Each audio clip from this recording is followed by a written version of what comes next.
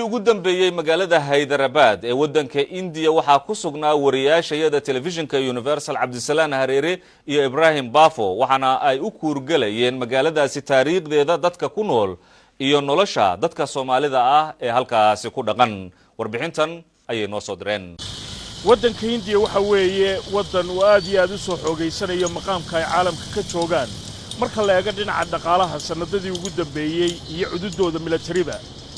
tirada dadka wadanka India waxa lagu tilmaamay inay ka badan tahay 1 bilyan iyo 300 milyan oo qof waana wadanka labaad ee caalamka waqtigan xaadirka ugu dadka badan wadanka India rasmi ahaan luqadaha lagaga hadlaa waa 22 ee dawladda u diiwaan gashan laakiin luqadaha caadiyan lagaga hadlaa waa ilaa 1600 oo luqadood diinta ugu badan ee dadku ay haystaan waa diinta Hinduuga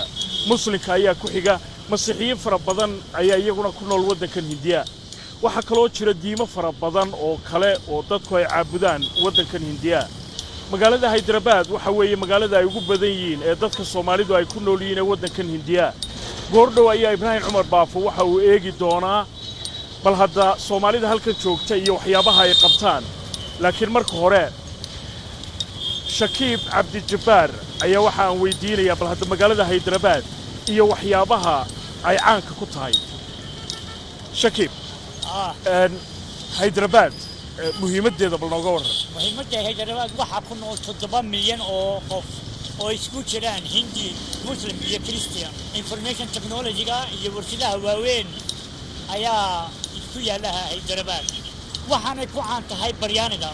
Hyderabad waa cuntada baryaaniga waa cuntada Hindiga baryaanigu wuxuu ku soo dhashay Lucknow wuxuuna ku barbaaray Hyderabad waa hagaag wariye Ibrahim Umar Bafo ayaa imikana eegaya bal hadda sababaha kala duwan ee Soomaalidu ay ugu nool yihiin magaaladan Hyderabad waxaan ku suganahay xaafad ay ku badan yihiin Soomaalida ku nool magaalada Hyderabad ee dalkan India xaafadda waxa la dhahaa Baramot baa la dhahaa waxay ka tirsan tahay degmada Tuulo Jooge baa la dhahaa waa xaafadda Soomaalidu u badan tahay hadday noqoto arday hadday noqoto dadka bukaanka xanuunsanaya caafimaadka u yimaada intaba halkan ay u badan yihiin marka loo fiiriyo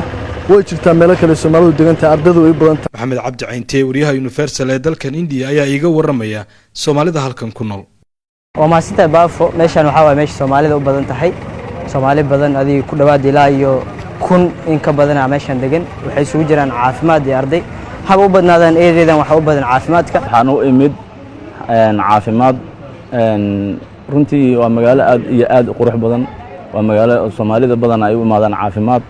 waa magaalo macnaha oo dadkeedu aad u fiican yihiin dadka ku nool Hindida marka maxaa marka gaadiididii ah wallahi ardayda haddaan nahay annagu gaadiid waxaan noo ah mootooyinkaas waanu ka haysanaa waxaan ku tagnaa jaamacadaha iyaga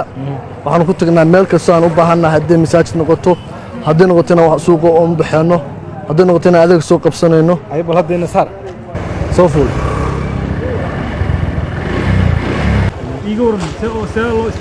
wallahi baashatani waxa weeye baashatani aad u fududahay isticmaalkeeda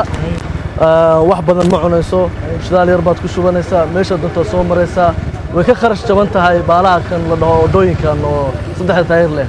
aad bay u kharash jaban tahay majority Soomaalida loo wata inaan mooto lahayn waxa uu baran karo way ku adkaanaysaa mootooyinkan ayaa sidoo kale khatartooda leh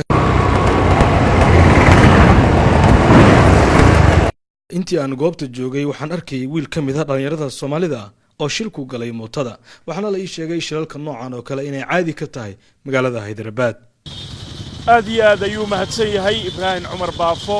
waa Cabdisalaan Hareere Universal TV Hyderabad koonfurta Hindiya